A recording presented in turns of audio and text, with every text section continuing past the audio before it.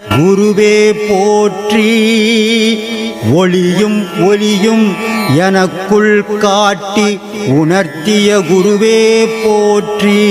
ரொம்ப சந்தோஷம். இவர் இந்த அம்மா இவர் விஓவாக இருக்கிறார், திருவள்ளூர் விஓவாக இருக்கார்.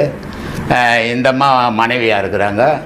இவங்க 2 பேர் தான் எனக்கு அடுத்தபடியாக ஆசிரமத்தை மெயின்டைன் பண்ண போகிற குருமார்கள். லேடிஸுக்கெல்லாம் அந்தம்மா உபதேசம் கொடுக்குறாங்க, ஜென்ஸுக்கெல்லாம் இவர் உபதேசம் கொடுக்குறாரு. அற்புதம் சாமி. சொல்லுங்க. சிவன் சொத்து குலநாசம்ன்றாங்க அப்படின்னு என்ன சாமி அர்த்தம்? விந்து போச்சுன்னா பிறப்பு இல்லை, உனக்கு வாரிசு இல்லைன்றதுக்கு தான். சரி, யுகத்தில் சிவன் கோயில் கட்டுறவங்க அந்த குடும்பமும் நல்லா இருக்கிறதா இல்லாத மாதிரி கேள்விப்பட்டிருக்கேன். முக்தி அடையிறான்னு அர்த்தம். அவன் குலமே முக்தி அடைஞ்சிருக்கு. ஆமாம், முக்தி அடையுது. சிவனுடைய கோயிலில் கட்டி முடிச்சுட்டான்னா அவன் குலம் அழிஞ்சாலும் அவனுக்கு திருப்பி உற்பத்தி கிடையாது. அவன் கைலாயம் போய் சிவன் அடி சேர்றான்னு அர்த்தம். ஏன்னா சிவன் கோயில் கட்டுறது அவ்வளோ விளையாட்டு விஷயம் இல்லை, சாதாரணமான விஷயம் இல்லை. 5 ரூபா 10 ரூபாயில் கட்டிட முடியாது. அப்படி கட்டப்பட்டவன் அப்பவே இறந்தாலும் சரி, பின்னாடி இறந்தாலும் சரி, அவன் சொர்க்கலோ இதுக்கு போக போகிறான், சிவனுடைய பாதத்துக்கு போக போகிறான்னு அர்த்தம். அதனால் சிவன் சொத்து கொலநாசனம்னு. ஆனால் இதில் 2 விஷயங்குது.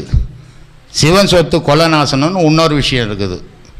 இது எப்படின்னா சிவன் கோயிலில் போய் திருடி தோணுனா வம்சம் விருத்தி வராமல் போகும். அதுக்கு சிவன் சொத்து கொலநாசனம் வெளியே வச்சுருக்கிறது. உள்ளே வச்சுருக்கிறது சிவன் கோயிலில் கட்டினீன்னா நீ திருப்பி பிறப்பு இல்லை உனக்குன்றதுக்கு சிவன் சொத்து கொலநாசனம்னு. அதை தேடி போன, அதாவது இவர் கேட்ட கேள்வி உங்களுக்கு புரிஞ்சிச்சா? அவரை கேட்க ஓரளவுக்கு வந்துட்டார் அந்த பாயிண்ட்டுக்கு. என்னன்னா முழுமையாக பாடம் பண்ணுறாரு. ஏன்னா பாடம் பண்ணுறவங்களுக்கு தான் இந்த மாதிரி கேள்விகள் இந்த மாதிரி இதெல்லாம் வரும், சும்மா எல்லாருக்கும் வராது. இப்போ அவர் பாடம் நல்லா பண்ணுறாரு, அதனால தான் அவருக்கு அதெல்லாம் தோணுது. இப்போ அவர் கேட்குறாரு, என்ன கேட்குறாருன்னா, ஒரு ஞானன்றது எல்லா இடத்துலையும் இருக்குது, கடவுள் எல்லா இடத்துலையும் இருக்கார், கடவுள் தான் ஞானம் எல்லா இடத்துலையும் இருக்குது. எப்படி இருக்குது? வெளியில் எப்படி இருக்குது, உள்ளுக்குள்ளே எப்படி இருக்குது? எந்தக்குள்ளே வெளியிலையா இருக்கட்டும் உள்ளையா இருக்கட்டும், ஒரு அந்த ஸ்பேஸ் தான் கடவுள்னு ஏற்கனவே சொல்லியிருக்கோம் இல்லையா? ஒரு ஸ்பேஸ் தான் கடவுள். ஒரு ஸ்பேஸ் இல்லைன்னு சொன்னால் இயக்கம் கிடையாது. இந்த வெற்றிடம் இல்லைன்னு சொன்னால் இயக்கம் கிடையாது. வெற்றிடம் தான் இயக்கத்துக்கான அடிப்படை ஆதாரம்.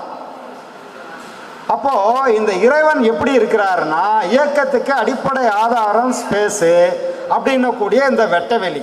இந்த வெட்டவெளியை நீ அடையிறதுக்கு பிரயத்தனம் பண்ணி தான் ஆகணும். எப்படி பண்ணணும் அப்படின்னா, இப்போ நான் சொன்னேன் இல்லையா, கண்ணாடியில் போய் பார்க்கணும். என்ன சொன்னேன்? கண்ணாடியில் போகணும். 2வது, டீப்பாக பாடத்துக்கு போயிட்டீங்கன்னா தானே பிரம்மம் ஆயிடுற. பிரம்மம்னா என்னன்னா கண்ணுக்கு தெரியாத ஒரு பொருள். பிரம்மம் அப்படின்னா கண்ணுக்கு தெரியாத ஒரு பொருள். ஆனால் இந்த ஸ்பேஸ்லேயும் கண்ணுக்கு தெரியாத பல பொருட்கள் இருக்கு. அணுவுக்குள் அணுவாய் அப்பாலுக்கு அப்பாலாய் கணுமுற்று நின்ற கரும்புள்ளே காட்டினார். எப்படி சொன்னார்? அணுவுக்குள் அணுவாய். அணுன்றதே பூத கண்ணாடியை வச்சு தான் பார்க்கணும். அப்படி அந்த அணுவுக்குள் அணுவாய் இருக்கணும். அப்போ அணுவுக்குள் அணுவாய் எங்கே இருக்கணும்? அப்பாலுக்கு அப்பாலும் இருக்கணும். அப்பாலுக்கு அப்பால் கடல் கடந்து, இந்த அண்டத்தை கடந்து, அண்ட பேரண்டத்தை கடந்து, அதுதான் அப்பாலுக்கு அப்பாலாய். இப்போ புரியுதா உனக்கு? இறைவன் எப்படி இருக்கிறாருன்னா அணுவுக்குள் அணுவாய் அப்பாலுக்கு அப்பாலாய். அப்போ என்ன அர்த்தம்னா இறைவன் இல்லாத இடமே இல்லை. கேள்வி அதேதான், இறைவன் இல்லாத இடமே இல்லை. ஆமாம். நம்ம எவ்வளோ தூரம் தான் பயணம் பண்ண முடியும்? ஃபுல்லாக கற்றுக்க முடியும். கட்டுறது கை மண் அளவு, கல்லாதது உலக அளவு. ஏன்பா கன்ஃபியூஸ் பண்ற? மறுபடியும் நீ முன்ன புரிஞ்சுக்கலையா? இந்த இடத்துல தான் நிற்குது. எவ்வளோ தூரம் இறைவன் எல்லாத்துலேயும் இருக்கிறான்னா உனக்குள்ளே இருக்கிறான்ல. நீ ஏன் வெளியே தூரம் பயணம்லாம் ஏன் போகிற? உனக்குள்ளே இருக்கிறான்பா. இதுக்கு தான் திருவிளையாடலாம் சொன்னாங்க, யார் முதல்ல உலகத்தை சுற்றி வராங்களோ அவங்களுக்கு பழகணும்னா மயில் எடுத்துன்னு சர்றன்னு பறந்துட்டார் முருகன். இவர் விநாயகர் பெருமான் என்ன பண்ணுறாரு? அப்பா அம்மாவை சுற்றி வந்தார். இவங்க தாண்டா உலகான்னு சுற்றி வந்தார், பழத்தை வாங்கிக்கினார். நீ என்ன பண்ணுற? முருகன் மாதிரி மயில் ஏறி போகலான்னு பார்க்குற. இவர் விநாயகர் மாதிரி உள்ளே இருக்க பூச்சிக்கப்பா. அதுதானப்பா சொல்ல வந்திருக்கிறான். கோயிலில் அறுவரையில் கல் வச்சு சிற்பமாக வழிபட்டு அது சாமியாக கும்பிட்றோம். ஆமாம். அது ஏன் கும்பிட்றோன்னு நான் கொஸ்டின் கேட்குறேன். அவரு அதுக்கு ஆன்சர் சொல்கிறாரு. அது ரைட்டா தப்பான்னு நீங்கள் சொல்லுங்க. என்ன சொன்னார் சொல்லு. அவரு என்ன சொல்கிறாரு, நீ ஃபுல்லாகவே அனுபவிக்கிறது பூமி தான் அனுபவிக்கிற. பூமியிலேருந்து பழம், காய்கறி, சரி, உணவுப் பொருள் எல்லாமே பூமியிலேருந்து தான் ஆதாரமாக நீ வச்சு சாப்பிட்டுன்னு இருக்கு. ஆமாம். அதனால் உனக்கு கல் தான் உனக்கு எல்லாமே தருது. பூமி ஒரு கல். ஆமா, கல் தான் உனக்கு எல்லாத்தையும் தருது. அதனால தான் முன்னோர்கள் வந்து கல்லை தூக்கி போய் கடவுளா வச்சுட்டாங்க. அதனால தான் நீ கும்பரியா இல்லையா சாமி கும்பிட்டு அந்த கல்லை வணங்கிடுங்க அப்படின்னு சொல்லிட்டு ஆன்சர் கொடுக்குறாரு. அது ரைட்டா? எனக்கு தப்புப்பா அப்படி சொல்றாரு. ஏன்னா கடவுளுக்கு ஏன் இப்படி குழப்பி விட்டு போறாரு? உன்னை ரொம்ப குழப்பி இருக்கிறாரு அவர். அது தப்பு. அது அவர் உன்னை வேணும்னா பழி வாங்குறாரு. நீ இனிமேல் உஷாராக்கணும் அவர்கிட்ட. சரியான கேள்வியை கேளு. என்னன்னா இவருக்கு என்ன சொல்லு, கல்லு தான் கடவுளுன்ட்டாரு. இல்லையா? அப்படி சொல்லையா? தெரியாத தோன்ற எல்லாம் அதுதான் காய்கறிலாம் வருது. அப்ப கல்லு தான் கடவுள், பூமிக்கு ஆதாரம் கல்லு தான் கடவுள் தானே சொன்னாரு. இல்ல, அது வந்து தெரியாதவங்களுக்கு எல்லாம் சாமியா கும்பிட்டுக்கிறாங்க. தெரிஞ்சவங்க வந்து இது வந்து தாயிலிருந்து நம்ம வந்து வளர்றோம். தாய் எல்லாருக்கும் கருவறையிலிருந்து சாப்பிட்றோம். சரி. தகப்பன் வந்து ஆகாயம். சரி. இது நம்ம தாயே கும்பிட்டுனுக்குறோம். தகப்பனை அடையறதுக்கு நம்ம முடியல.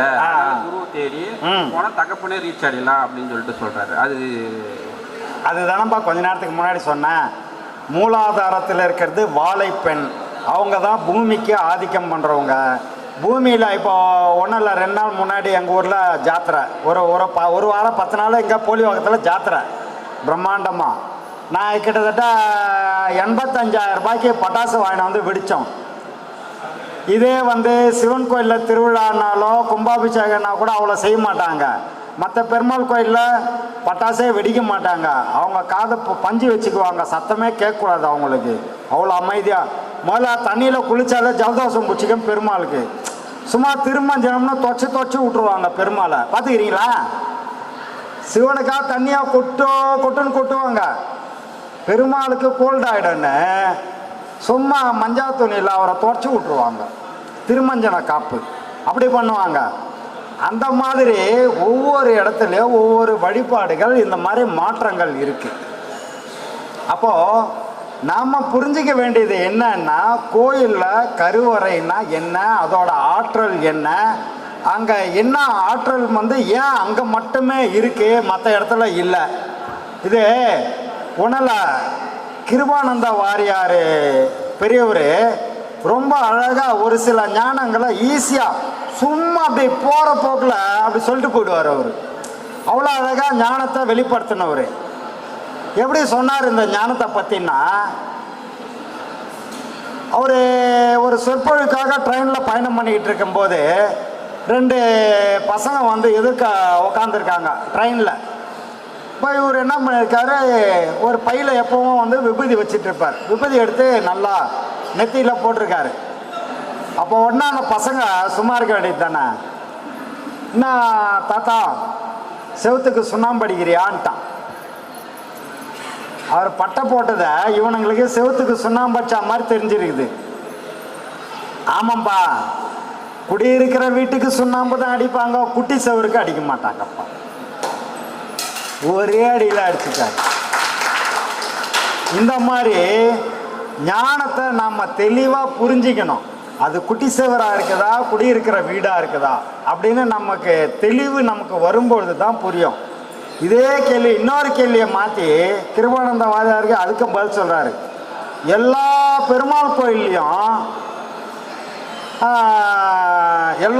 பெருமாள் கோயில்லையுமே வந்து சிவன் இருக்க மாட்டார். எந்த பெருமாள் கோயில் சிவன் இருக்கும். ஆனால் சிவன் கோயிலெலாம் பார்த்தா எங்கேயாவது பெருமாள் இருப்பார். சிவன் கோயிலில் இல்லாத கடவுளே இருக்காது.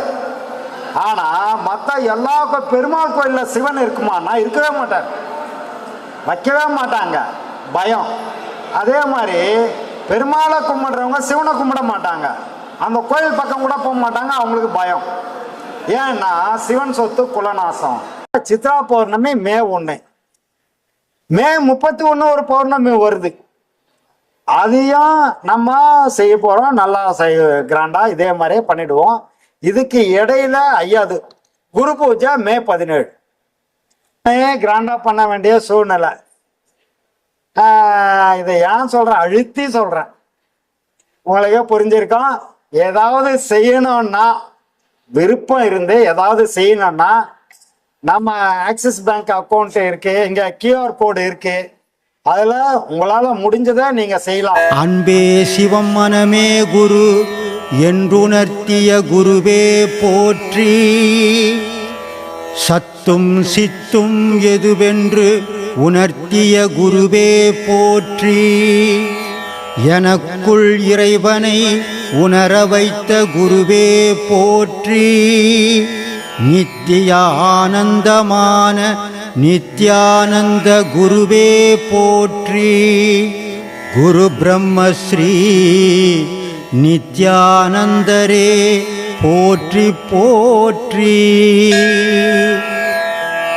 ஆகாமியத்தை உணர வைத்த குருவே போற்றி.